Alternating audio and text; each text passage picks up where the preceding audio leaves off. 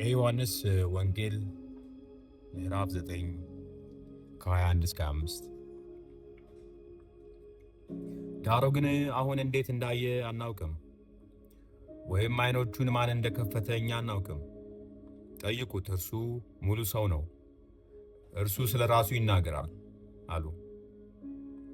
ወላጆቹ አይሁድን ስለፈሩ ይህን አሉ።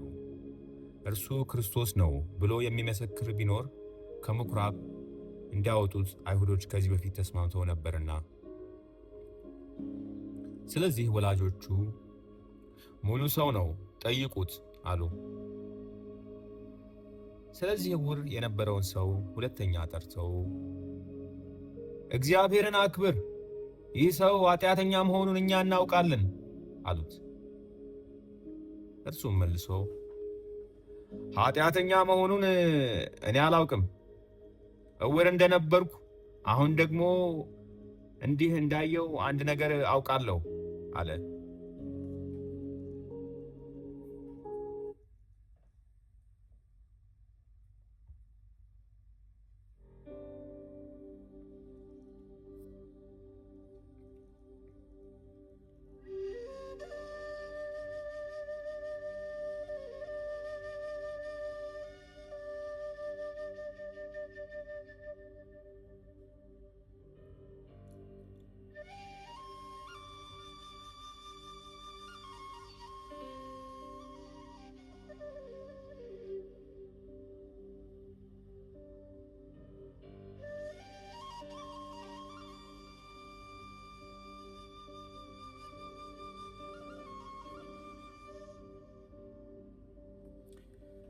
ግን አንድ ነገር አውቃለሁ፣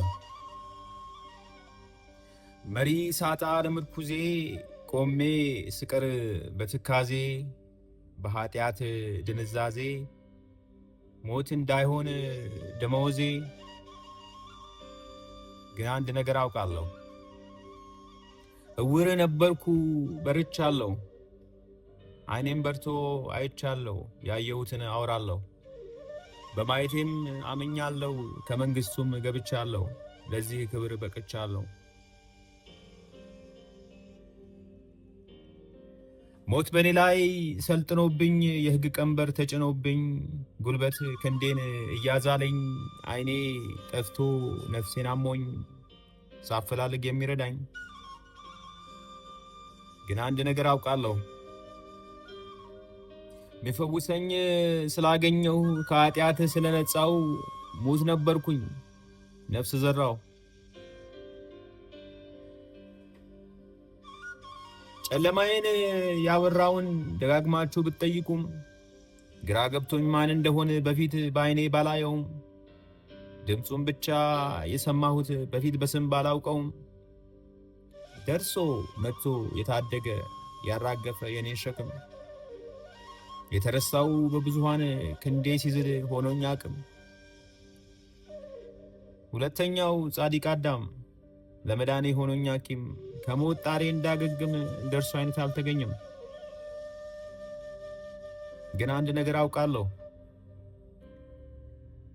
በፊት ድምፁን ሰምቻለሁ፣ አሁን ደግሞ በዓይኔ ያየው። አሕዛብ ነበርኩ ልጅ ሆኛለሁ።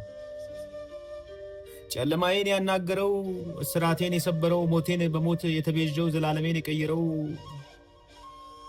ጥያቄያችሁ ያ ሰው ማን ነው? ለጉትጉታው ለጥየቃው እንኩ መልሴን፣ እንኩ ይኸው፣ ማን እንደሆነ አውቄያለሁ።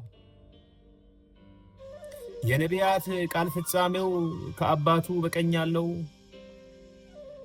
ለካስ እርሱ ኢየሱስ ነው።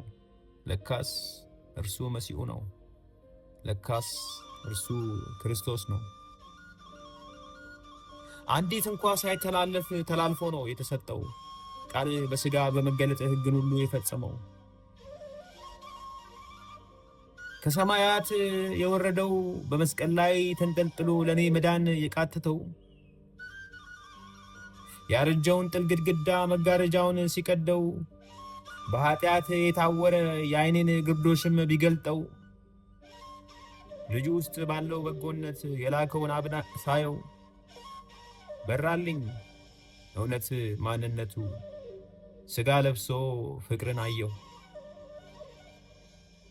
ሞት ያልረታው ኃያል ብርቱ በቀኝ ያለው ከአባቱ ለነፍስ ደዌ መድኃኒቱ አግኝቻለሁ በእውነቱ። ግን አንድ ነገር አውቃለሁ፣ ዓለም ንቃ መሬት ጥላኝ፣ በሰው ዓይን የማልሞላ በብዙሃን የተናኩኝ ባሪያ ነበርኩ፣ ክብርን ለበስኩ፣ አዲስ ጌታ ተገኝቶልኝ።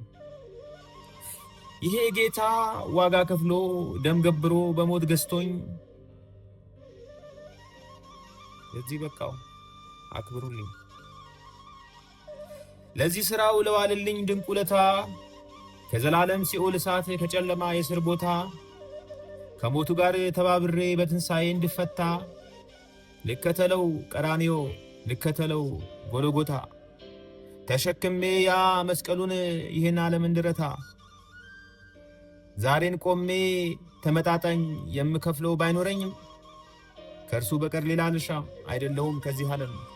ስለሆነ አምላካቸው የአባቶችም የልጆችም ክብር ልበል ክብር ብቻ ትላንትናም ዘለዓለም ልወድሰው በምስጋና ስሙን ላክብር ዛሬም ነገም።